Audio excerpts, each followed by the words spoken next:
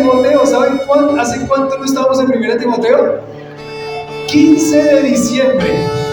15 de diciembre fue la última vez que tocamos este pasaje y quedó a la mitad del pasaje y después vino la Navidad y vinieron las vacaciones y cumpleaños de la iglesia y los hermanos de la selva y predicaciones especiales y 2 meses después retomamos a primera de Timoteo para seguir con primera de Timoteo, no sé hasta cuándo, porque dentro de 8 días tenemos un predicador invitado. Viene de Argentina, aunque está en la selva en este momento. Bueno, vamos a ver a 1 Timoteo capítulo 4, versículo 1 al versículo 5. 1 Timoteo capítulo 4, versículo 1 al versículo 5. En esta sección es la que estamos en este momento.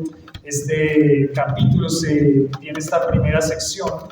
Y bueno, hablando un poquito acerca de Timoteo, para aquellos que nos visitan hoy por primera vez, recordamos a Timoteo. Pablo le escribe esta carta a Timoteo, quien es su amado hijo en la fe, y Pablo le escribe esta carta a Timoteo porque él tiene una labor fundamental. La labor fundamental que él tiene es poner en orden lo que está pasando en las iglesias. La iglesia representa a Dios y eso significa que una iglesia ordenada va a representar a un Dios ordenado. Si la iglesia está desordenada, significa que Dios es un Dios desordenado. Así es como lo ve el mundo. ¿Cómo puede ver el mundo a Dios? A través de lo que es la iglesia. Y por eso es que es tan importante todas las dinámicas que la iglesia vive. Todo el orden que se da en la iglesia es importante porque muestra a un Dios y cómo es Dios.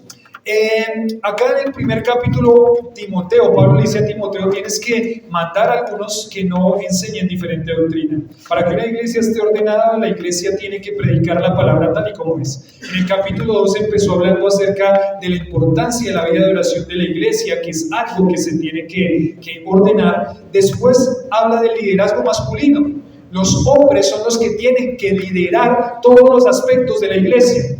Los hombres son los que tienen que ponerse los pantalones, digámoslo así, y tienen que ir dando liderazgo a toda la congregación en sus hogares y en la iglesia. La mujer tiene un lindo ministerio de acompañar lo que Dios le ha dado al hombre, pero tiene un ministerio primordial y principal que es su hogar, su casa y sus hijos. Las mujeres en Éfeso y en todo el imperio romano estaban preocupadas quizás por tener las posiciones que tenían los hombres, y Dios le dice: no es por capacidades, porque las mujeres son muy capaces, pero Dios le dio esa responsabilidad del liderazgo, de la enseñanza a los hombres. Las mujeres van a enseñar a las más jóvenes, van a impactar la vida de sus hijos, van a cuidar sus casas, sus hogares, sus esposos, y esa es una labor muy linda y muy fundamental que ellas van a hacer. En el capítulo 3 habló Pablo de cómo se tiene que ver los pastores y aquellos que van a ser pastores, los requisitos que tienen que tener estos hombres que salen de la iglesia para tener ese ministerio pastoral, igualmente las características que tienen los diáconos, y esto es algo que no se negocia, es innegociable. Estas características que están acá son cosas que sí o sí tiene que tener un hombre muy establecido en su vida para ejercer un ministerio pastoral o ejercer un diaconato. Y después nos habló del propósito de la carta en el versículo 14, 15 y 16, hablando de que Pablo les escribe esto para que pueda, o le escribe a Timoteo para que él pueda tener ordenado lo que es la casa de Dios, levantando siempre en primer lugar el mensaje del evangelio glorioso y maravilloso. Ahí en el capítulo 4 entonces vamos a leer el versículo 1, dice lo siguiente: esta es otra versión, y ahí 1 Timoteo capítulo 4 versículo 1 dice lo siguiente. 1 Timoteo 4 dice: pero el Espíritu dice claramente que en los postreros tiempos algunos apostatarán de la fe, escuchando espíritus engañadores y a doctrinas de demonios, por la hipocresía de mentirosos que, teniendo cauterizada la conciencia, prohibirán casarse y mandarán abstenerse de alimentos que Dios creó, para que con acción de gracias participen de ellos los creyentes y los que han conocido la verdad. Porque todo lo que Dios creó es bueno y nada es de desecharse, si se toma con acción de gracias, porque por la palabra de Dios y por la oración es santificado. En contraste a las falsas enseñanzas y en contraste a la verdad de Dios que nos acaba de decir en el capítulo 3, versículo 14 hasta el versículo 16, el glorioso evangelio tiene que sobresalir, pero la realidad es que vamos a tener muchas falsas doctrinas dando vueltas por todos lados. Lo que era el título de esta predicación hace 2 meses era marcas de la apostasía. Marcas de la apostasía. En el texto 1 Timoteo capítulo 4, versículo 1 al versículo 5, y habíamos visto, yo les decía una frasecita que introducía todos los puntos, y era 3 verdades con relación a la apostasía. Y la primera verdad era la advertencia de la apostasía. Aquí lo que Pablo hace en los primeros versículos, no lo voy a detallar porque ya lo predicamos hace 2 meses. Si alguno necesita puede ir al canal de YouTube y ahí está la predicación guardada para que la pueda ver, pero solamente como para pasar rápidamente, el primer punto era advertencia de la apostasía. Hay un contraste con una vida piadosa que viene diciendo los versículos anteriores, y lo contrasta con una vida de una persona a la cual se le va a llamar apóstata, o esta situación que se llama la apostasía. Hablábamos, por ejemplo, que dice que el Espíritu dice claramente, claro, hablábamos de la inspiración de la palabra por parte del Espíritu Santo, y Pablo está hablando aquí en nombre de Dios, pero también hablábamos acerca de qué es la apostasía, y hablábamos en cuanto a la apostasía, que la apostasía significa renunciar, desertar o abandonar. Decía un predicador que escuchaba anoche recordando que estas personas que les llamamos apóstatas, podríamos decirlo de la siguiente manera: ya no son evangélicos, sino son exvangélicos. ¿Qué significa? Que ya se declararon que ellos antes eran cristianos, pero que ahora ¿qué? No lo son. Y lo que van a mostrar con esa situación es que ellos nunca fueron creyentes. Es parte de esa apostasía, aquella persona que renuncia a la fe, que deserta de la fe y que abandona la fe. Cuando esa persona abandona la fe, dejando la fe cristiana, yéndose a este mundo, va a revelar su verdadera naturaleza como un no creyente, como un inconverso.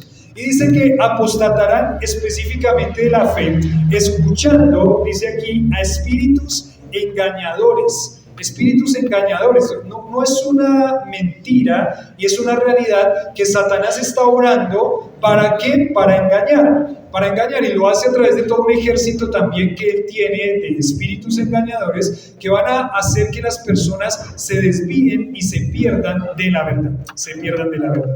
Entonces acá hablábamos en cuanto a esa advertencia de la apostasía,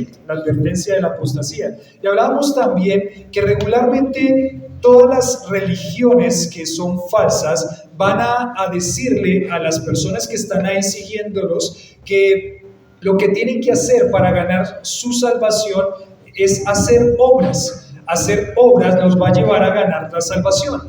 Regularmente todas las religiones falsas tienen estas mismas características. Solamente hay una religión verdadera, que es el cristianismo, aquel que ha creído en Cristo como su Salvador. Solamente hay una iglesia verdadera, que es la iglesia cristiana, aquella que sigue a Cristo y que tiene como centro a Cristo. Pero todo el resto de religiones y de iglesias falsas va a enfocar en que yo tengo que hacer algo para ganar mi salvación. Lo que dice el Señor es: no puede hacer nada para ganar su salvación. Lo único que tiene que hacer para ganar su salvación, ¿qué es? Pedirle a Cristo que lo salve, confiar en lo que Cristo ya hizo por usted para su salvación, que fue subirse a una cruz y morir por sus pecados, y en el momento en el que usted cree y reconoce a Cristo como su Salvador, sus pecados son perdonados. ¿Tuvo que hacer algo? No. ¿Por qué? Porque la salvación es un regalo de Dios, y los regalos no se cobran. La salvación es un regalo que se da a todo aquel que cree en Cristo Jesús como su Salvador. Pero el engaño de las religiones falsas está en que tengo que hacer algo para ganarme la salvación. Tengo que hacer muchas cosas para ganarme la salvación. Tengo que pasar mi vida haciendo buenas obras para ganarme mi salvación. Y la realidad es que no puede. Usted podría pasar toda su vida intentando ganar su salvación y no puede ganar su salvación. El único que ganó su salvación es Cristo, y cuando usted pone su confianza en Cristo como su Salvador y le pide que lo salve, Él se la otorga como un regalo, y usted no tiene que hacer absolutamente nada. Pero eso es una característica de las iglesias que son falsas. Tiene que dar para que Dios los salve. Tiene que hacer para que Dios los salve. Tiene que salir para que Dios los salve. Tiene que hacer cosas para que Dios los salve. Es una característica de una iglesia falsa. De una iglesia falsa. Entonces, aquí hablábamos de estas características, advertencia de la apostasía, pero déjenme continuar al segundo punto, que es marcas del apóstata. Sería así, marcas del apóstata. Esa persona que deserta, que se va, que sale, que no regresa nunca, esa persona que está mostrando su naturaleza, no es una naturaleza renovada por Cristo, no es una naturaleza que ha nacido de nuevo, esa persona va a mostrar también ciertas cosas, y miren cómo lo pone acá, marcas del apóstata. Acá dice en el versículo 2, por la hipocresía de mentirosos que teniendo ¿qué? Cauterizada, dice la palabra ahí, cauterizada la conciencia, y ellos van a hacer algo, ellos van a intentar decir que esto es lo que tienen que hacer para que Dios esté contento, para su santificación o para su salvación. Y en este caso lo que estaba pasando aquí en Éfeso era lo siguiente, y en toda la región, decía: prohibirán casarse y mandarán abstenerse de alimentos que Dios creó para que con acción de gracias participen de ellos los creyentes. Aquí habían prácticamente dos marcas específicas, ¿no? La situación que estaban presentando ellos es que ellos les decían a los creyentes que para poder ser salvos, o para que Dios los ame más, o para tener una vida de santidad, tenían que hacer dos cosas. La primera de ellas, ¿cuál era? Prohibirán ¿qué? Casarse. Prohibirán casarse. Esa es una marca de una falsa iglesia, de una falsa enseñanza. Prohibirán casarse. ¿Y la segunda cuál era? ¿Abstenerse de qué? De alimentos que Dios creó. ¿A cuántos les gusta comer? ¿A cuántos les gustaría casarse? Oye, muy bien los jóvenes. Sí, muy bien. Rachel o Luisa, género, Luisa fue. Bueno, es una marca de la apostasía. Estos hombres que son falsos, estos hombres que se apartan de la fe, regularmente lo que van a hacer es decirle a las personas que se tienen que abstener de cosas que Dios no les pide que se abstengan. Dios sí nos pide que nos abstengamos de varias cosas. Por ejemplo, en la sección anterior le dijo a aquellos que van a ser pastores o que son pastores, y prácticamente a todos los creyentes, que no tienen que ser dados ¿a qué? Al vino. O sea, que tienen que ¿qué? Que abstenerse del vino. Pero contrario a esto, lo que pasa con estos apóstatas y con estas iglesias falsas es que ellos van a prohibir o van a decirle a las personas que se abstengan de cosas que Dios claramente no dice que se abstengan. En este caso, por ejemplo, era el matrimonio, aunque tiene que ver con un sentido más de la intimidad entre dos personas, la intimidad sexual, y también que se abstengan de alimentos. Vamos a ir pasando por esto. Marcas del apóstata. Entonces, la primera palabra que nos llama la atención aquí es la cauterización. La palabra cauterización o cauterizar la conciencia tiene que ver con ser insensible. Y el ejemplo que se tiene aquí es como un callo que no tiene reacción. Un callo que no tiene reacción. ¿Tiene callo en alguna parte de su cuerpo?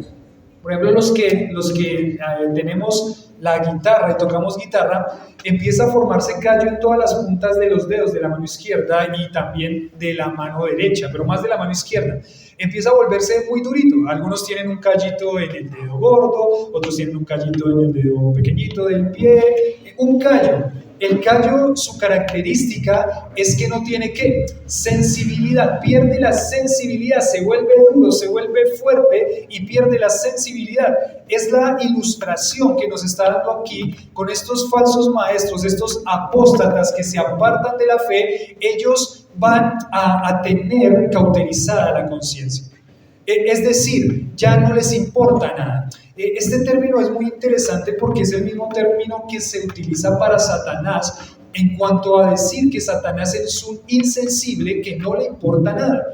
Satanás va a hacer todo lo que sea para ir en contra del plan de Dios y él no tiene sensibilidad. Prácticamente Satanás no tiene sentimientos. Lo vimos ahí en Apocalipsis. Satanás no tiene sentimientos. Satanás no va a retroceder para decir, uy, no, yo le voy a hacer mucho mal a este. No. Él no va a retroceder. Él no le va a dar una sola motivación de decir no lo voy a hacer porque me da pesar. No, Satanás es un insensible, es un gallo que no tiene sensibilidad, y lo que está comparando aquí la Biblia o la palabra con estos apóstatas es que su conciencia ya está tan dañada en contra de lo que Dios dice, que ellos ya no tienen tampoco sensibilidad y llevan a otras personas hacia el error, hacia desviarse de la verdad. La palabra cauterización entonces dice ser insensible. No hay reacción a la verdad de Dios por causa de estas personas. Porque mucha de la motivación de estos apóstatas y estos falsos maestros es una apariencia. Ellos quieren mostrar algo. Anteriormente dijo la hipocresía, querer mostrarse como personas buenas, como personas que honran a Dios, pero realmente hay una vida hipócrita detrás que no muestra lo que ellos están enseñando.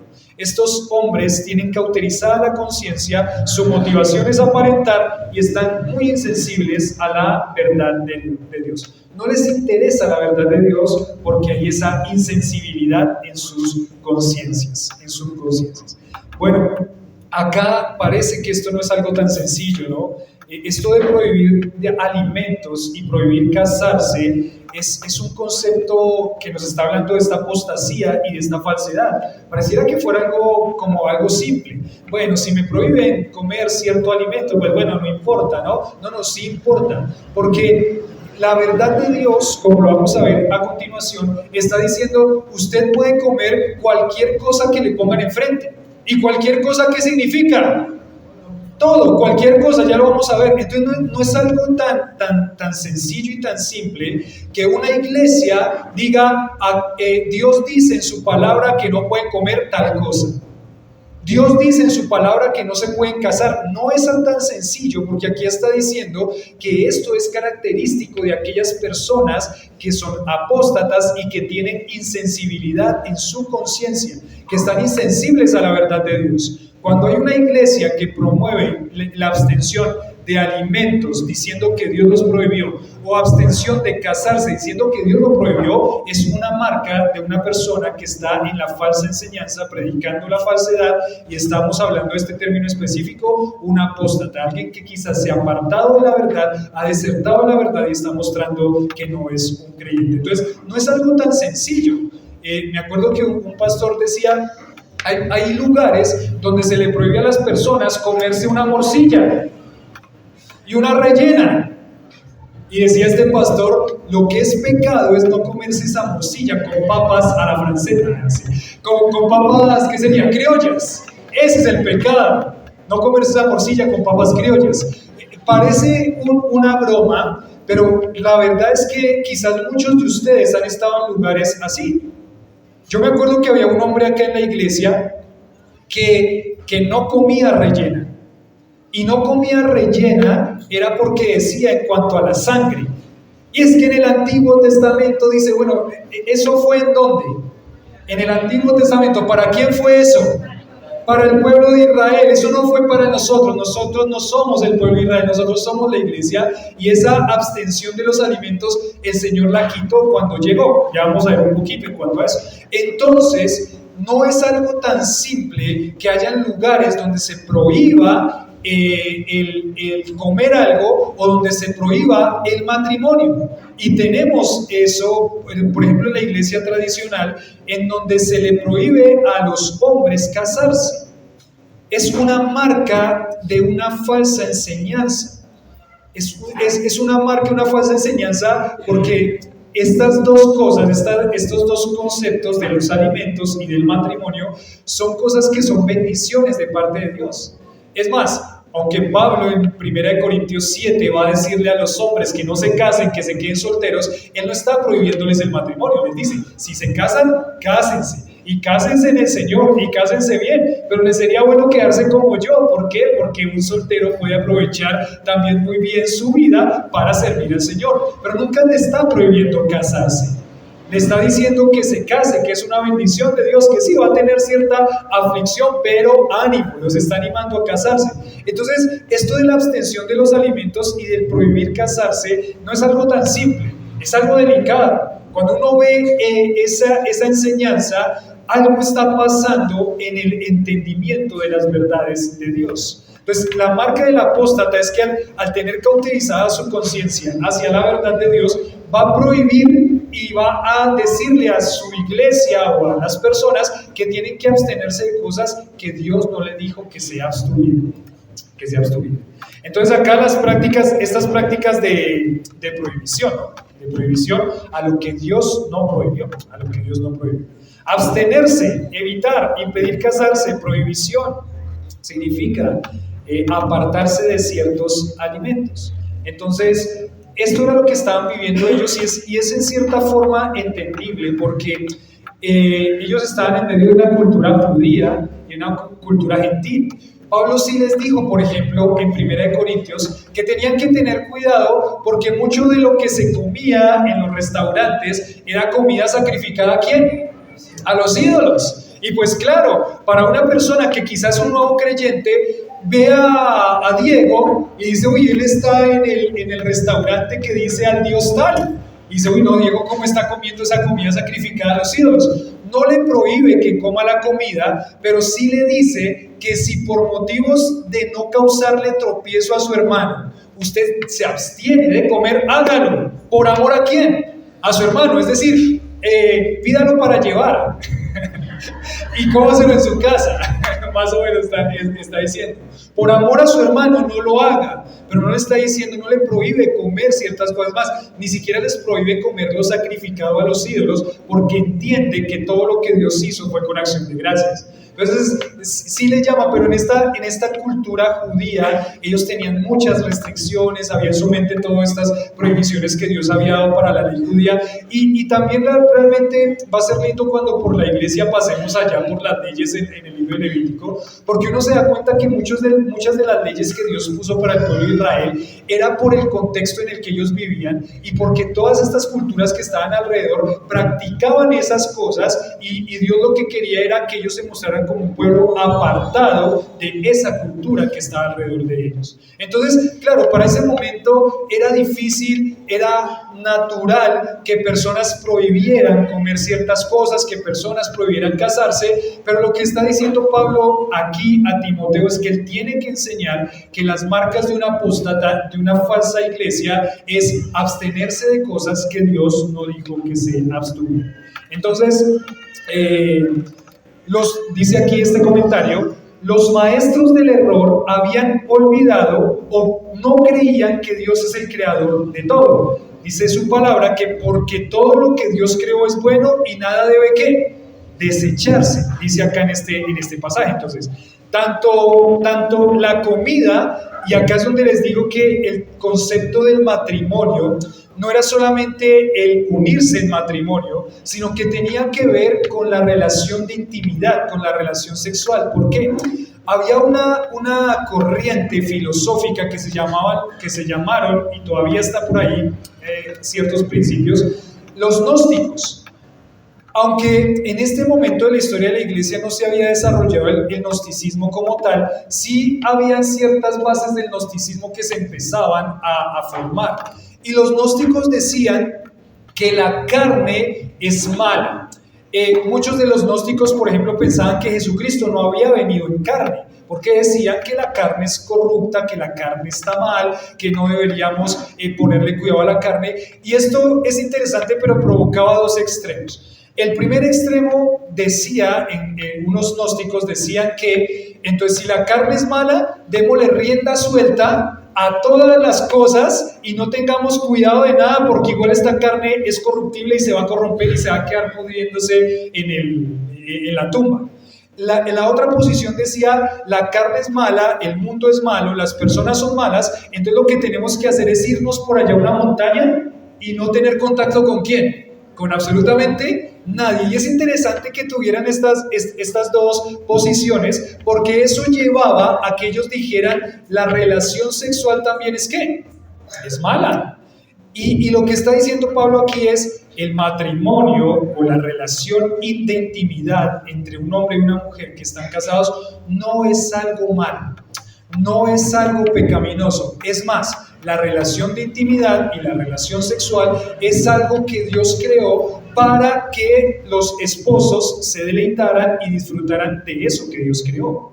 Eso es interesante porque también hay un pensamiento, quizás aún en el mundo cristiano, que creen que la relación sexual es algo malo, es algo sucio, y no es así. La relación sexual es algo que Dios creó y lo creó para el matrimonio. Fuera del matrimonio es perversión. Fuera del matrimonio está mal, fuera del matrimonio es algo que Dios no diseñó, pero en el matrimonio está diseñado por Dios para que los esposos puedan disfrutar de esto. Y es más, ustedes recuerdan que ahí en 1 Corintios 7 les dice que si se van a abstener de la relación de intimidad, que sea por un tiempo mientras se entregan ¿a qué? A la oración, y después continúen con esa práctica para que también no vayan a dar lugar a que de pronto por no tener esa relación de intimidad venga una tentación que sea externa y terminen cayendo en tentaciones y en cosas que no son correctas.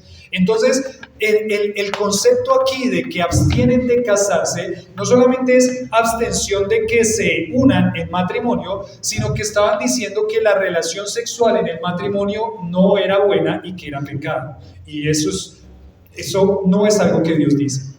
Dios dice la relación sexual se hizo para el matrimonio y los esposos tienen licencia para poder disfrutar de ese momento.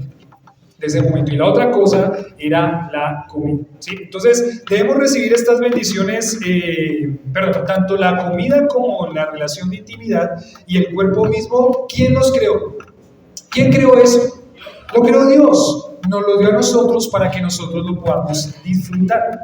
Debemos recibir estas bendiciones como regalos divinos y agradecer las bendiciones y el placer también que nos traen estas cosas. Entonces, tanto el matrimonio, la relación de intimidad, como la comida son bendiciones de Dios, son regalos de Dios. Una vez escuché de alguien que decía, Dios en su infinita sabiduría creó el ser humano y todo lo que el ser humano puede experimentar a través del sentido del gusto. ¿Sí o no? Les decía ahorita, ¿a cuántos les gusta comer? Ay, ahora sí a ninguno, ¿no? Ahora no les gusta comer. Pero nos gusta comer, nos gusta la comida. ¿La disfrutan la comida? ¿Ustedes recuerdan cuando pasó lo del COVID? Lo del COVID, ¿qué hacía? En ciertas personas lo que hacía era afectar el olfato, y al afectar el olfato, ¿qué producía? Que se afectara el gusto. Si no hay olfato, el sentido del gusto se afecta. Entonces, muchos de nosotros tuvimos que sufrir ese momento en el que no podíamos disfrutar la comida. ¿Le pasó a usted? A mí me pasó. En la pandemia yo tenía unas ganas de una hamburguesa esas de McDonald's. Y tenía unas ganas por ese sabor a químico bien tremendo. Sí, porque es una hamburguesa artificial, la cosa es. Pero yo quería la hamburguesa de McDonald's, no sé por qué estaba queriendo la hamburguesa. Entonces en la pandemia pedimos la hamburguesa esa de McDonald's. Y pues con todo el anhelo que tenía yo, le di el mordisco a la hamburguesa. ¿Y sabe qué? No me supo a nada, qué horrible. Horrible. Y le dije a Lili, mi amorcito, no me sabe a nada la hamburguesa, no le encuentro ¿qué? El sabor. O sea, cuando Lili estaba enseñándole a Nani, creo que el año pasado, lo que era el sentido del gusto, es impresionante cómo cada parte de la lengua percibe un sabor. Los ácidos, los dulces, los salados, y la lengua, y todo como Dios lo creó para que el cerebro experimente todos estos sabores. Es una bendición la comida, y Dios la hizo para que la podamos ¿qué? Disfrutar. Obviamente no caer en excesos, y ya hay otros excesos que llevarían al pecado, pero Dios lo hizo para que podamos disfrutar. Pero desafortunadamente estos falsos maestros en esta época de la historia estaban prohibiendo que comieran ciertas cosas, porque en últimas lo que quieren hacer con esta falsa enseñanza es decir, si usted se abstiene de esto y se abstiene de esto, usted va a ser un hombre o una mujer más ¿qué? Más espiritual. Más espiritual. Es como cuando nosotros a veces nos ponemos ahí a decir, si no ora a las 2:30 de la mañana, no es tan ¿qué? Tan espiritual, que prácticamente pasa como la misma cosa. Nos ponemos a poner leyes donde Dios no puso leyes. Y eso puede ser muy peligroso porque podemos caer en la falsedad y en una iglesia que lleva a la apostasía. Esto no es algo tan sencillo, porque cuando se ponen cosas que Dios no dice por encima de lo que Dios sí dice, la iglesia se empieza a desviar. Ya no se fundamenta en la palabra, sino que se empieza a fundamentar en conceptos humanos y en abstenciones de algo que Dios no quiso que se abstuviera. Entonces, acá nos dice en el versículo 3, prohibirán casarse y mandarán abstenerse de alimentos que Dios creó. Esa es la marca en este caso, en ese punto de la historia, de ese apóstate. La prohibición del matrimonio, de la relación íntima y la prohibición de la comida. Entonces diríamos así, para terminar ese punto,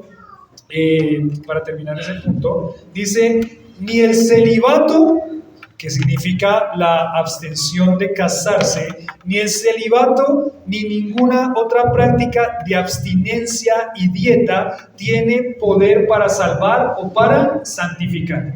Ni el celibato ni ninguna otra dieta tienen poder, ni para salvar, ni para ¿qué? Santificar, ni para santificar. Entonces, lo que nos da tranquilidad es que si va a comer rellena, invítenos. Y bueno, sigue desarrollándose el concepto, porque aquí dice, vimos las marcas del apóstate, pero aquí en el punto 3 les voy a mencionar, o como yo lo puse, es las prácticas de un no apóstata. Las prácticas de un no apóstata, es decir, lo que todos nosotros deberíamos estar haciendo es lo siguiente, y con relación a este tema específicamente. Perdón, les doy una cita antes del punto anterior, porque es interesante cómo en el primer siglo eso se fue desarrollando y se fue desarrollando toda esta apostasía. Y dice que Eusebio, un padre de la iglesia, en su libro Historia Eclesiástica, dice y cita a otro padre de la iglesia que se llama Ireneo, dice una declaración de un hombre llamado Saturnino y otro hombre llamado Marción. Dice que predicaban la abstinencia del matrimonio y de las comidas animales. Entonces prácticamente miren cómo después de unos 80 años, 100 años después de que Pablo le escribe esto a Timoteo, se van cumpliendo prácticamente al pie de la letra lo que Pablo les está advirtiendo a ellos. Van a venir lobos rapaces que no perdonarán al rebaño. Lo que ustedes tienen que hacer como pastores y como iglesia es pararse firmes, ordenar la iglesia, predicar la palabra y no dejar que esas falsas enseñanzas entren a la iglesia. Pero con la apostasía vamos a vivir hasta que el Señor venga por su iglesia. Con la apostasía, con la falsa enseñanza, con personas que desertan, con personas que crean falsas sectas y falsas religiones, vamos a tener que vivir toda la vida de la iglesia. Y por eso es que tenemos que estar tan cuidadosos, porque apóstatas hay muchos. Y hay por ahí muchos en el internet, quizás ustedes han observado y dicen, esto me parece que no es algo como lo que yo veo en la palabra, y es porque muchos de ellos están ejerciendo una falsa enseñanza y una apostasía que es algo con lo que vamos a tener que vivir como iglesia.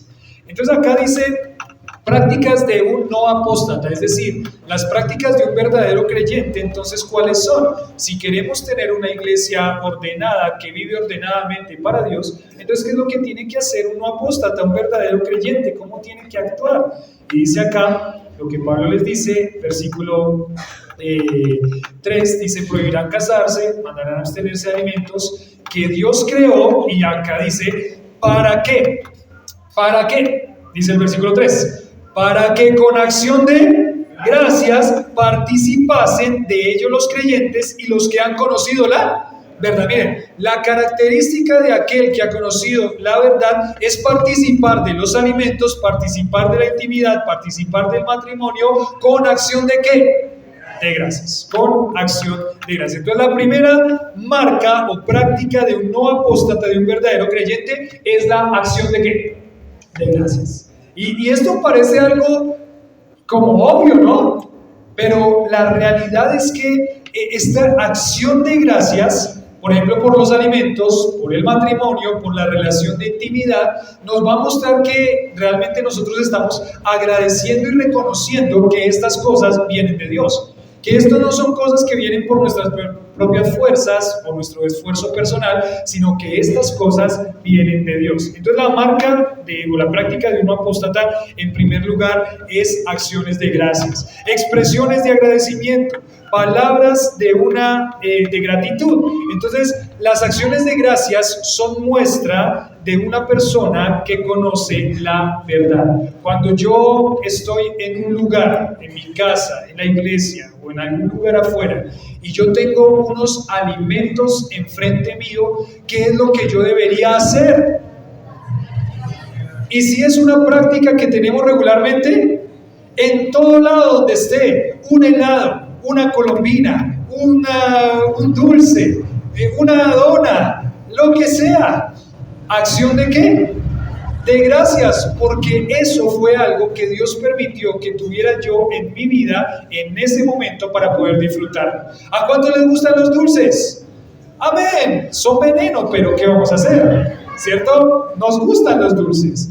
¿A cuántos nos gusta la comida? Bueno, damos gracias a Dios. Reconocemos que Dios es el que dio y proveyó todo lo que nosotros tenemos, en la casa, en la calle. Dice, ¿qué voy a orar en un restaurante por la comida?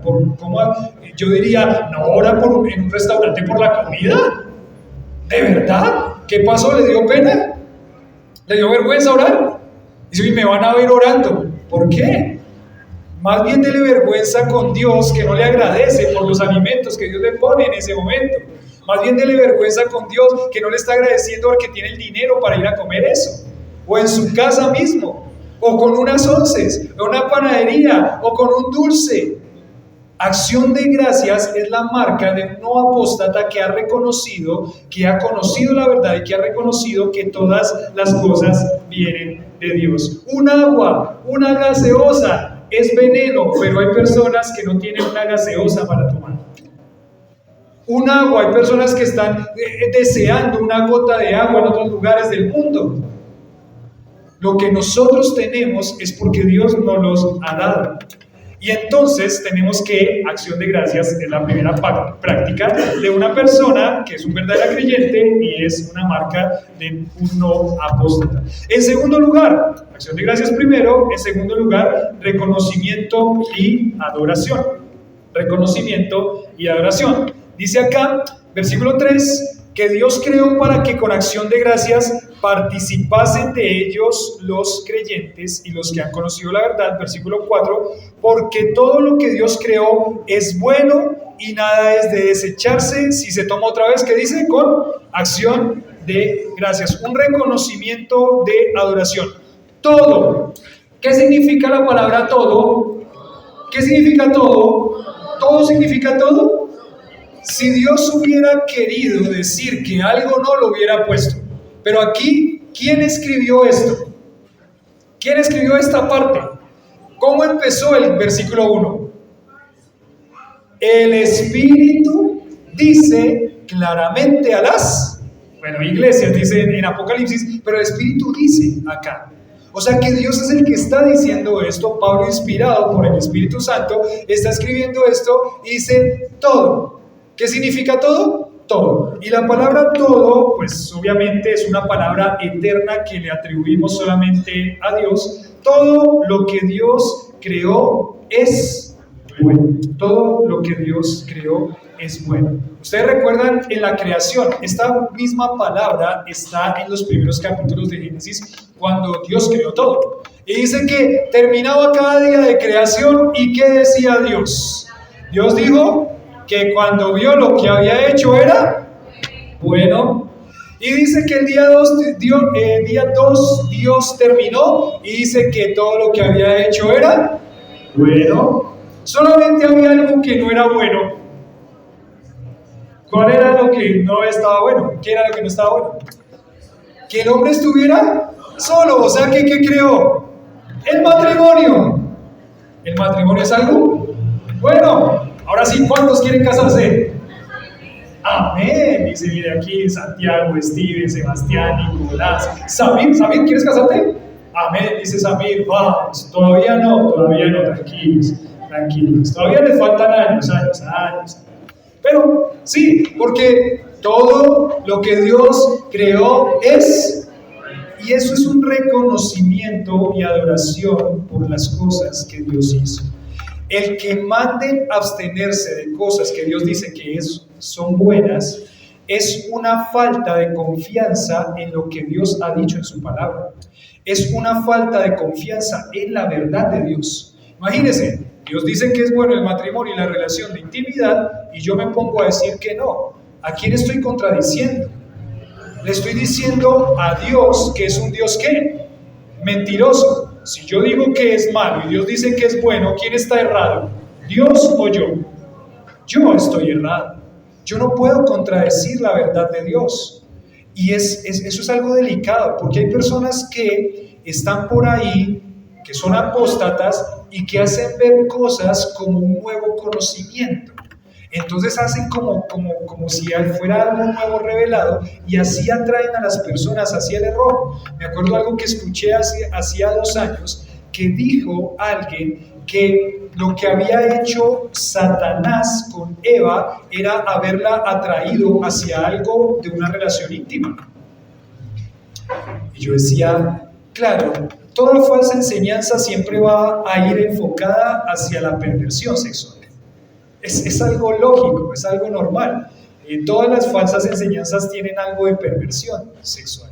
Pero claro, como se dice de esa forma, parece algo nuevo, algo asombroso, y entonces empieza uno a desviarse por dejarse seducir por esa falsa enseñanza.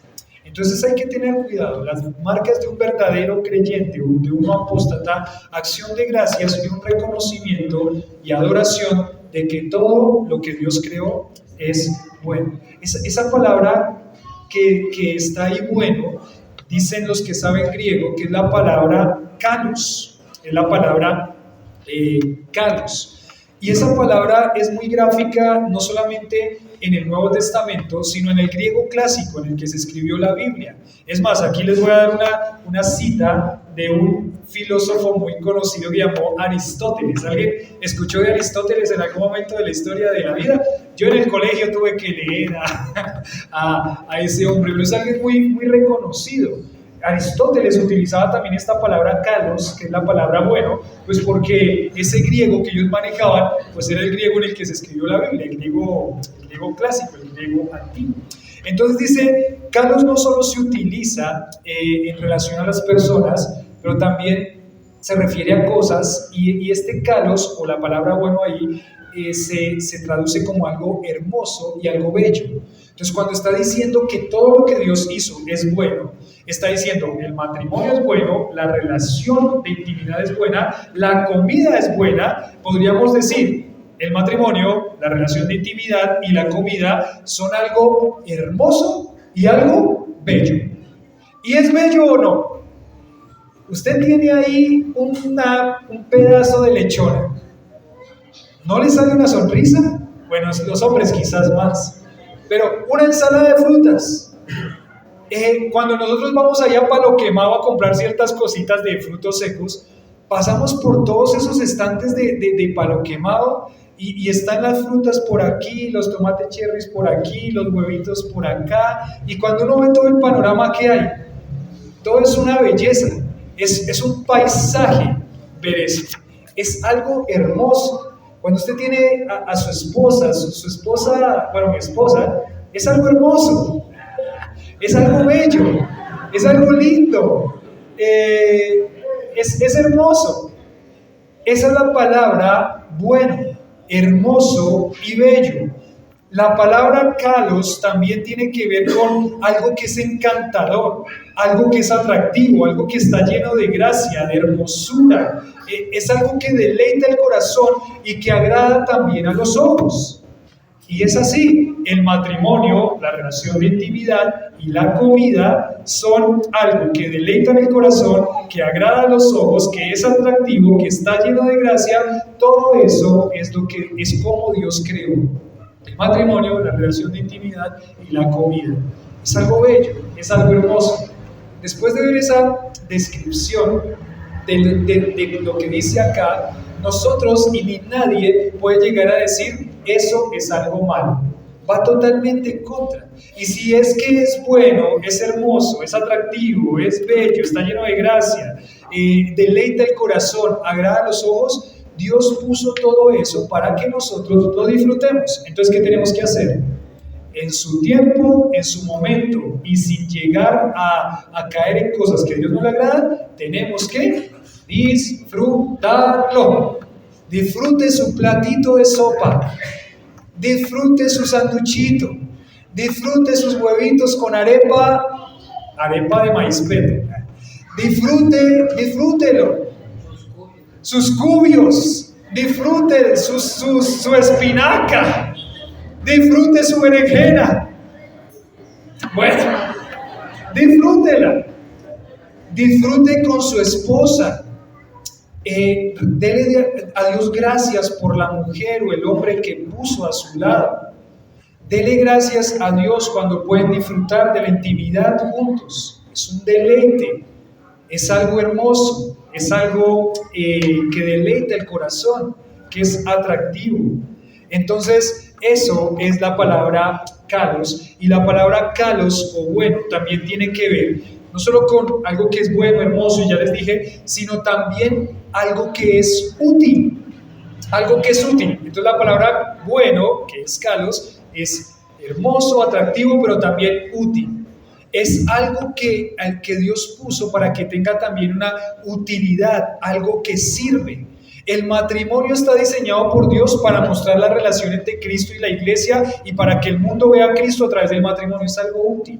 La comida es algo que Dios puso para que nosotros pudiéramos alimentarnos y tener la energía necesaria para hacer nuestras diferentes cosas para la gloria de Dios y para que su obra crezca. No solamente es algo bueno, sino que también es algo útil. Y qué lindo también verlo así.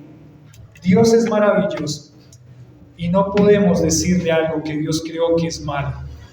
Las marcas de un no apóstata, de un verdadero creyente, es acción de gracias y un reconocimiento y adoración por todo lo que Dios creó. Entonces cita a este pastor y dice: el pecado de la rellena es no comerlo con papa criolla y una Coca-Colita. A ver, no, mi amorcito, Coca-Colita no, jugo de mango en agua y sin azúcar. Bueno, y dice, y nada es de desecharse. ¿Vieron que en esta porción puso dos palabras eternas? Todo y qué, y nada.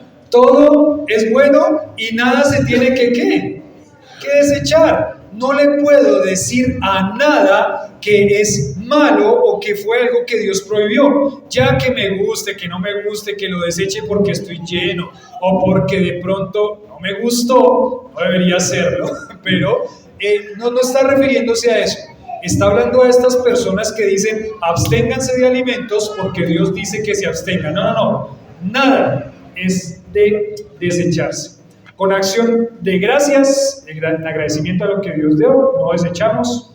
Y nos recuerda que dar acción de gracias a Dios por lo que Dios dio es reconocimiento de que Él es Dios, de que Él es Dios. Había esta oración que alguien puso aquí con relación a este tema y decía así esta oración de un comentario que encontré. Decía: bendito eres tú, oh Señor, quien me das de comer desde mi juventud. ¿Es así o no? Bendito Dios que me dio a comer desde mi juventud, desde mis etapas más tempranas. Que me das alimento a toda carne. Llenas nuestros corazones de gozo, de alegría, para que nosotros, teniendo toda suficiencia, abundemos para toda buena obra en Cristo Jesús nuestro Señor, por quien sean a ti la gloria, el honor y la potencia para siempre. Amén. Qué linda oración por los alimentos, ¿no? Qué linda oración también puede ser por lo que Dios regala como una intimidad entre un hombre y una mujer. Qué linda oración para ponerla como una acción de gracias por el matrimonio. Bendito eres tú, oh Señor, quien me das de comer desde mi juventud. Llena nuestros corazones de gozo y alegría para que nosotros, teniendo toda suficiencia, abundemos para toda buena obra en Cristo Jesús, Señor nuestro. A ti sea gloria, honor y potencia para siempre. Amén. Creo que voy a empezar a tener esta oración como parte de mi oración por los alimentos. Vamos a ver si me acuerdo. Pero así es. Gracias, Señor. Tenemos algo que comer. Gracias, Señor. No nos ha faltado nada prácticamente desde que nacimos. A ti sea la gloria, el poder. Llena nuestro corazón de alegría. ¿Sí? ¿Recuerdan ese dicho popular que dice, barriga llena? Hay muchos que están tristes hoy, ya viene la galleta, tranquilos, ya vamos a dar galletica y aromática, a ver si eso les anima. Pero barriga llena, corazón contento. Dice, ¿por dónde se gana un hombre? Por la barriga. Hay algunos que están bien ganaditos, los quieren harto y los tienen bien ganados, como los memes que aparecen por ahí en los estados de WhatsApp de algunos, ¿no? Entonces, sí, llena nuestro corazón de gozo con estas cosas que Dios da, porque Dios las dio, y porque si Dios las dio y nos las permite y nos las concede y da permiso para eso, es porque a Dios le agrada que la disfrutemos. No podemos abstenernos de algo que Dios no dijo que nos abstuviéramos. Entonces, esto es una marca de aquellos que han conocido la verdad. Ahí dice en ese último versículo, ya para terminar, dice acá, en el último versículo, porque todo lo que Dios creó es bueno, nada es desecharse si se toma con acción de gracias. Y versículo 5 dice, porque por la palabra de Dios y por la oración es que. Y miren que este concepto de la oración por estas cosas que Dios da, es algo que debería llamar la atención también, porque les dije, las marcas de un verdadero creyente o de un no apóstata serían acción de gracias, 2, reconocimiento y adoración, y en tercer lugar, aquí sería confianza en la verdad, y es lo que estábamos hablando ahora. Dice aquí por la oración, por la palabra, y es santificado. Cuando yo oro, lo que está diciendo este pasaje, cuando yo oro dando gracias a Dios por los alimentos, por el matrimonio, por la relación de intimidad entre un hombre y una mujer, dice que estamos diciendo que eso no es simplemente comer, eso no es simplemente tener intimidad, eso no es simplemente el matrimonio, dos personas que se unieran, es que dicen que aquí está siendo ¿qué? Santificado. O sea que lo que yo estoy haciendo con una oración por los alimentos es decir que estoy apartando esto en acción de gracias. ¿Para quién? Para Dios. La palabra santificado significa apartar para consagrar para alguien. Y lo que estoy haciendo cuando doy acción de gracias a Dios por los alimentos, estoy diciéndole, Señor, tú me diste esto y yo estoy apartando esto para ti en acción de gracias porque tú me lo diste. Y ahí sí comemos, ahí sí, como dicen algunos, ataque. Pero recuerde, esto es algo importante para Dios. El reconocimiento de que todas las cosas vienen de Él, el reconocimiento de que usted está apartando ese momento especial de la comida para apartarlo, para consagrar ese momento, ese alimento para Dios. ¡Qué lindo! Ahora creo que vamos a orar todas las veces que tengamos un alimento enfrente. Porque no es solamente emitir palabras y no es solamente algo que se hace por costumbre. Es algo que se hace en reconocimiento de lo que Dios dio y apartando ese momento especial que nos llena de gozo, que nos llena de alegría, que nos llena de satisfacción para Él. Cuando decía alguien, un pastor, me acuerdo de una reunión anual de iglesias, dijo, da gracias a Dios con su esposa por haber podido tener una intimidad con ella. Y me dijo alguien, ese pastor que dice, yo que le voy a dar gracias a Dios por eso, y ¿por qué no? Si es algo que Dios le dio como un regalo, es algo que es para deleitarse, para disfrutar entre un hombre y una mujer que son esposos. Es algo que es también apartado para Dios. el matrimonio, la relación de intimidad, 2 alimentos. Entonces damos gracias a Dios por eso. Damos gracias a Dios porque Dios nos permite tener una esposa. Damos gracias a Dios porque Dios nos permite tener una relación de intimidad, la cual podemos disfrutar. Entonces, ¿podemos darle gracias a Dios por eso o no? Aquí está diciendo que hay que darle gracias a Dios por eso, porque es un momento que se aparta ¿para quién? Para Dios. Por la oración y con acción de gracias es santificado, hablando acá de estas 2 cosas, apartado o dedicado para Dios con un uso santo. Entonces, cuando oramos, estamos en la posición de aquellos que tienen un indiscutible acceso al Rey para hacerle sus peticiones. Cuando oramos dando gracias a Dios por estas cosas, estamos yendo ante la presencia del Señor, a darle gracias a Dios por lo que Él nos ha dado. Estamos ante el Rey de Reyes, ante el Señor de Señores. Esto es un gran privilegio, manifiesta un gran privilegio, un enorme privilegio de la persona que ora, y al mismo tiempo también un enorme poder que tiene la oración. La oración es poderosa, la oración es una bendición, y el Señor nos llama y nos anima a que podamos agradecerle y tomar ese tiempo para bendecir los alimentos, para bendecir todo lo que nosotros hacemos. Estamos ante la presencia del Dios omnipotente, diciéndole: Señor, aquí estamos para reconocer que tú eres el que hace y el que da todas las cosas. Las marcas de la apostasía son abstención de cosas que Dios no dijo que nos abstuviéramos. Las marcas de un verdadero creyente son darle gracias a Dios, tomar todo con acción de gracias y disfrutar lo que Dios nos permite disfrutar. Y eso es importante, ¿saben por qué? Porque hay muchas iglesias en este mundo cristiano que prohíben de muchas cosas. Le prohíben, por ejemplo, a la mujer que se ponga pantalón, que se abstenga de ponerse ¿qué? Pantalón. Eso no es algo que Dios prohibió. Le dicen a personas que se abstengan de ciertas cosas, y eso no está mostrando el verdadero evangelio, el glorioso evangelio del cual habló en la sección anterior. Eso no muestra al Señor. Si hay cosas de las cuales tenemos que abstenernos, que Dios nos dice que nos abstengamos, pero las marcas de una iglesia verdadera, de una iglesia fiel y de una iglesia sana, de una iglesia ordenada, es disfrutar de todo lo que Dios dio, darlo con acción de gracias, tomarlo con acción de gracias, en reconocimiento de un Dios que nos da todas las cosas para que nosotros las disfrutemos. Entonces, como iglesia, esa es otra parte que tenemos que seguir fortaleciendo y afirmando. Acción de gracias a Dios y tener cuidado con no caer en legalismos que no son bíblicos. Padre, gracias por este lindo tiempo que tú nos regalas con tu palabra.